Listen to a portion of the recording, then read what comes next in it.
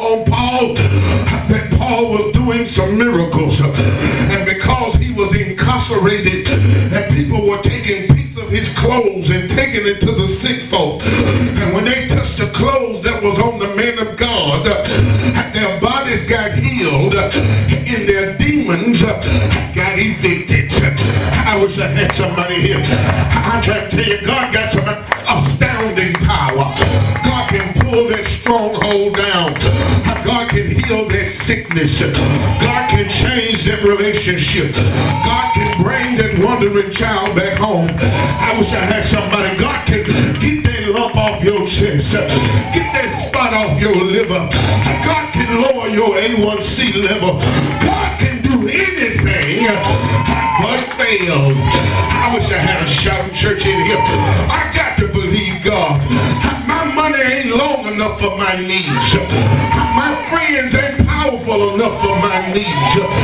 My church ain't big enough for my needs. I need a God that can make something out of nothing, that can do the undoable, that can make possible the impossible. I'm just right for a miracle. Have I got a witness in here? Not only dunamis, my dears, but the next one is called ergasia. It means a work. It's actually an outstanding performance. Somebody shout outstanding performance. Listen, this word is used by the Apostle Paul in Ephesians chapter 1 when he's telling them what he's praying about. He actually refers to God's own outstanding performance when he raised Jesus Christ up from the dead. Oh, I wish I could preach right here, because Jesus is bad. I knew he was bad when he turned water into wine. No fermentation nor grapes. I knew he was bad when he took 2 fish and 5 barley loaves, fed 5,000 men, not even counting the women. I knew he was bad when he turned the molecular structure of water from a liquid into a solid and walked across the sea without sinking. I knew he was bad when he healed the nobleman's son, just speaking the word on the way to the house. Anybody know he's bad? I knew he was bad when Jairus' daughter was 12 years old, laying there at the point of death. He grabbed her hand and raised her up. I knew he was bad when he walked to Lazarus' grave after 4 days. He said, Lazarus, you ought to come forth. But you think that's something? He died. I wish I had time to hear. He died. And then the 3rd day morning, he took off a dying sprout and got up with all power. That's an outstanding performance.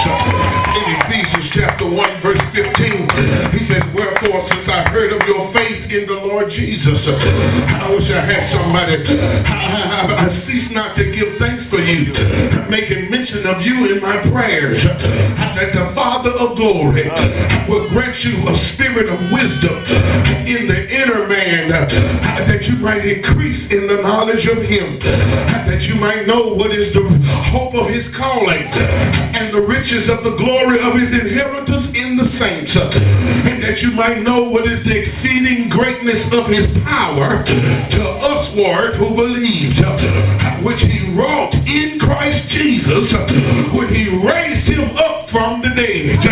Oh, I wish you could receive it. Listen, if he can get up a dead Jesus, he can handle your dead situation. I wish I had somebody. If he can raise somebody up out the grave, he can raise you up out your grind. Now I got a witness in here. If he can give life to a dead body, he can give health to a sick body. Somebody talk back to me in here. You are just right for a miracle. I have church by myself if I have to. Not only is there ergasia, but then there's one that's called megaleios. Megaleos. It means a mighty work. It's a magnificent work. Somebody say amen.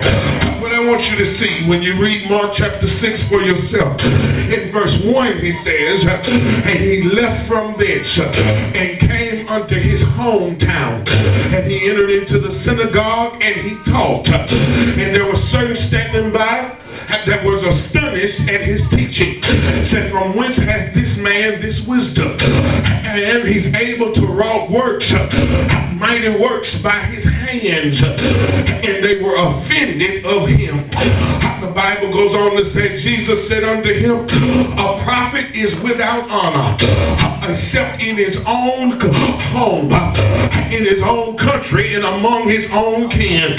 It says that he could do no mighty work among them except that he laid his hand on a few sick folk and they were healed. And he marveled because of their unbelief. What I want you to see out of them 6 verses is, if you have little faith, you're going to see little results.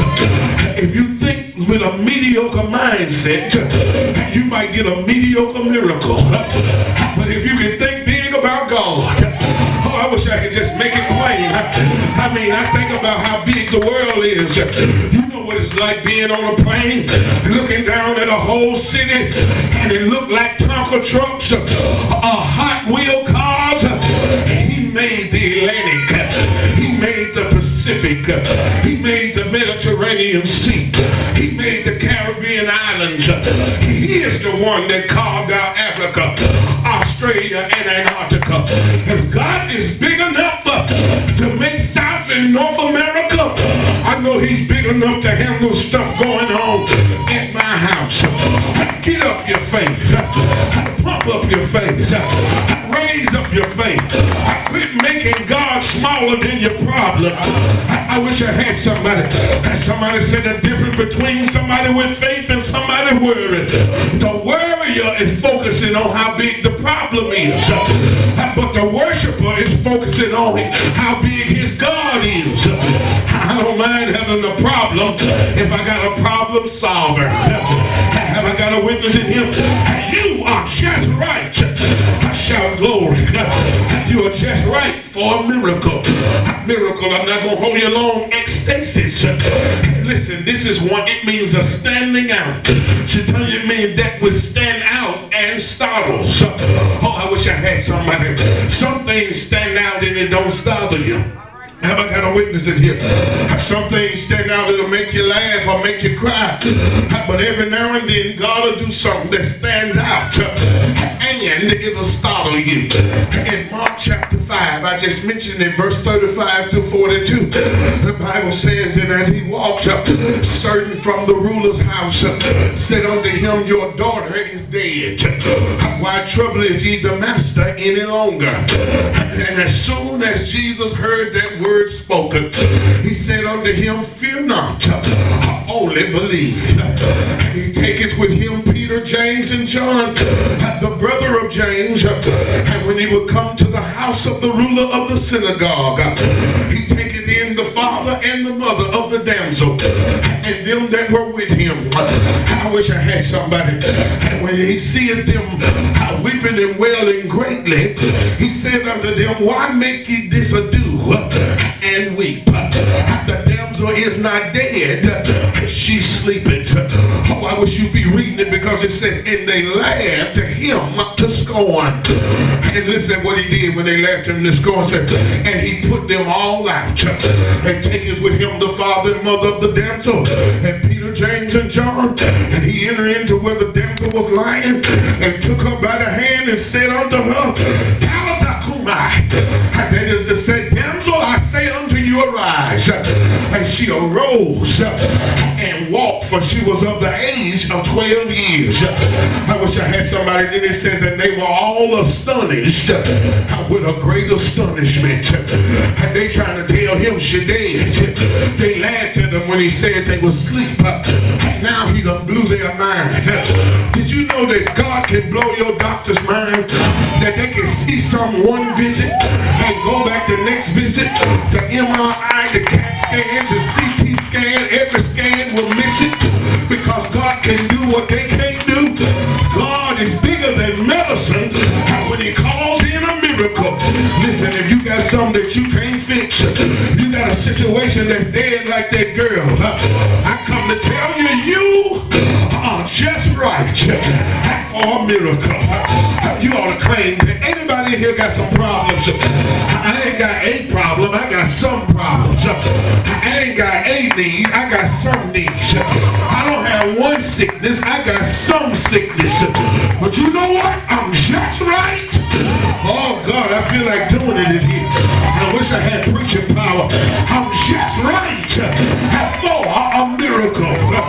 Somebody shout glory. I got two more. The next one, miracle, is the word endoxis. It's also used paradoxis. It means glory. That which brings glory is actually that which brings glory unto God. This episode is illustrated in John 9. In John 9, chapter 9, verse 1, it says, and as Jesus passed by, he saw a man which was blind from his birth. And his disciples asked him a question, saying, Master, who did sin? This man or his parents that he was born blind? In verse 3, Jesus said, neither this man sinned nor his parents, but this is that the glory of God might be made manifest. Now here's what I want you to see. I'm trying to say to you that your story might be for his glory. Your pressure might be for his praise. I wish I had somebody. You may be getting knocked down so he can get lifted up. I wish I had somebody. Listen, we're his subjects. We're his servants. We're his sons and daughters. He uses our situation for his glorification. Some of us wouldn't have nothing to talk about if we couldn't talk about how he brought us out. I wish I had somebody. Yes, if you can't tell the doctor that you were in a coma, that you had a stroke, that your sugar was at 542, but you hadn't went in a coma. If you didn't have that to talk about, you wouldn't have nothing to talk about. Sometimes your story is for his glory. Oh, I get sick of country folk. Country folk get shame about their sickness and about their situation. Listen, send out an email blast if I get sick. Buy some commercial time. Ask everybody to pray for me, because he said if you got faith the size of a mustard seed, I wish I had somebody.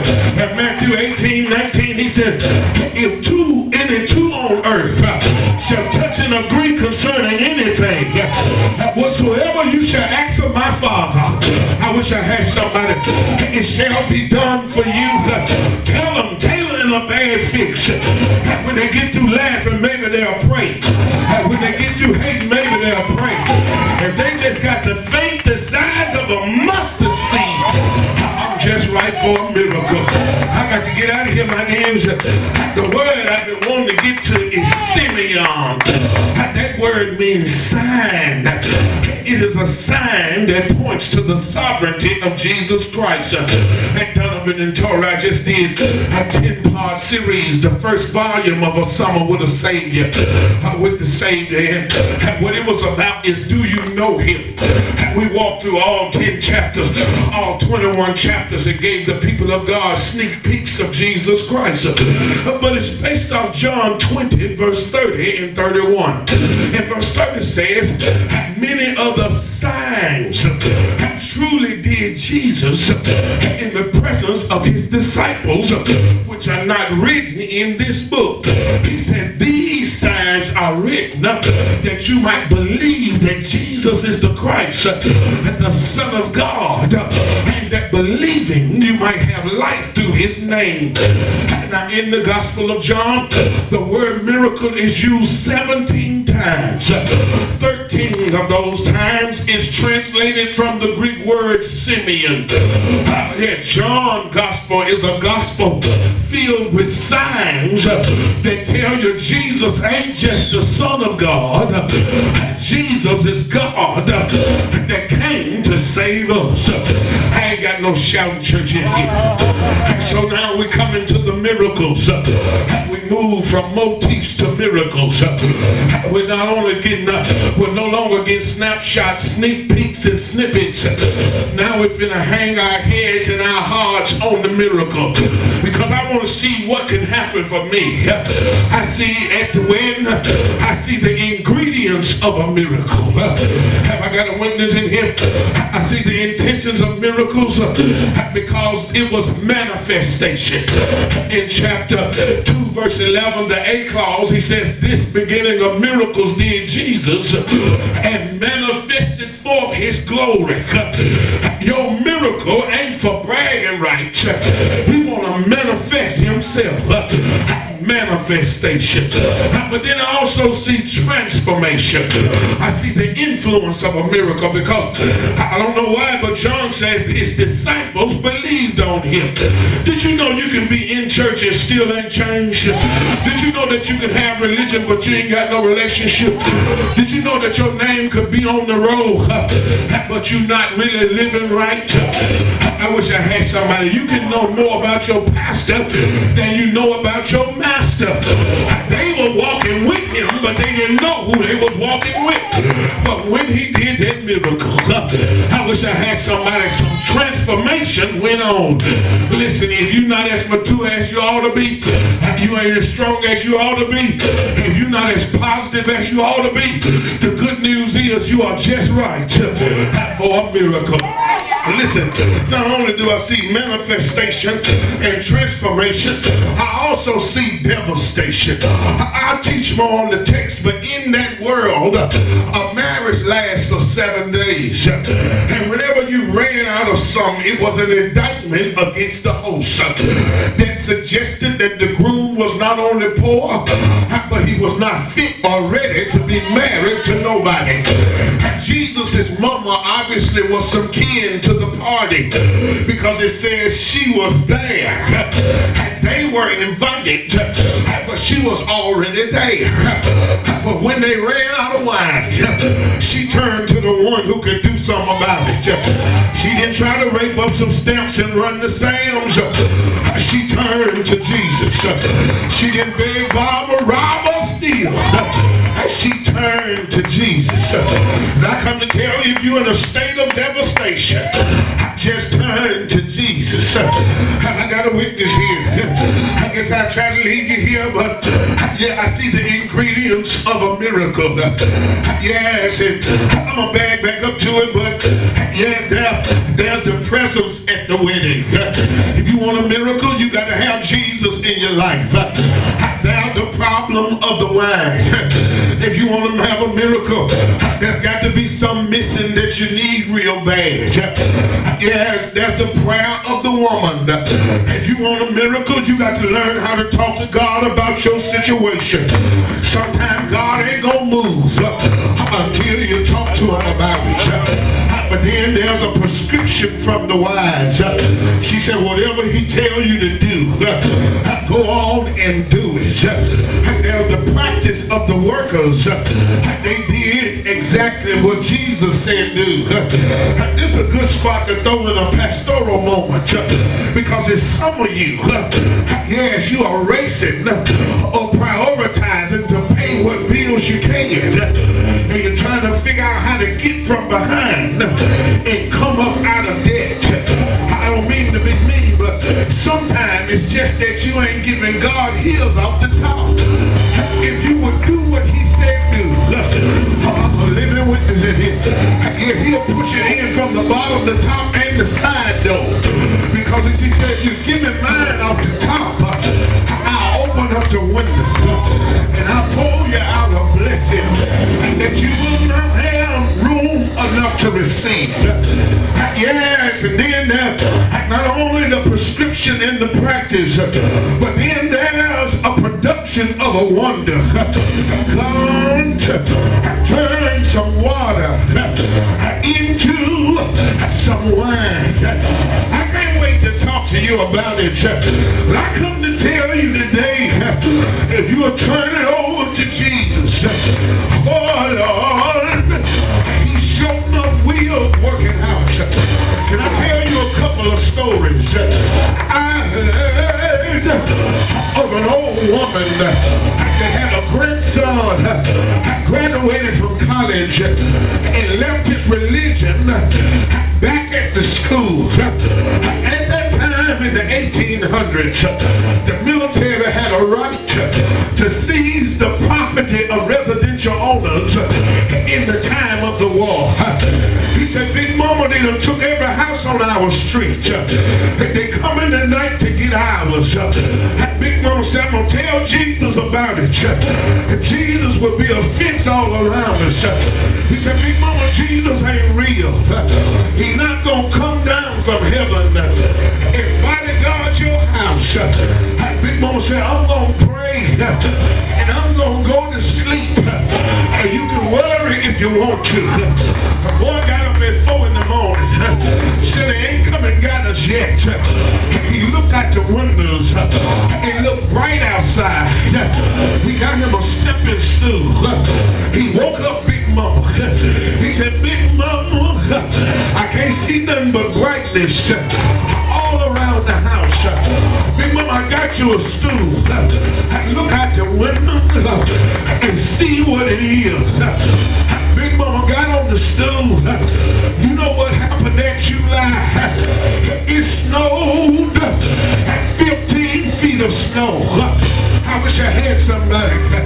And it was snow all around her house. She said, get on the stool, son. Look out the window. He said, Big Mama, it's snow. She said, I told you Jesus would be a fence all around you. Now, can I testify? Yes. In 1991, I was in a car with 3 men and their girlfriends, with a girl driving and a 5-year-old baby, coming up Range Road, right when it started raining. That woman was driving crazy. The car started fishtailing. Car started donut. It hit the curb, flipped over on the top. It split a pole, and it started skidding.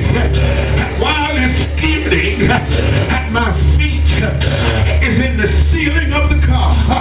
I'm standing up straight, looking, and guess where the car stopped? Right by some gas pumps. Everybody in the car had to go to the emergency room, but the Lord left me standing. That was a miracle.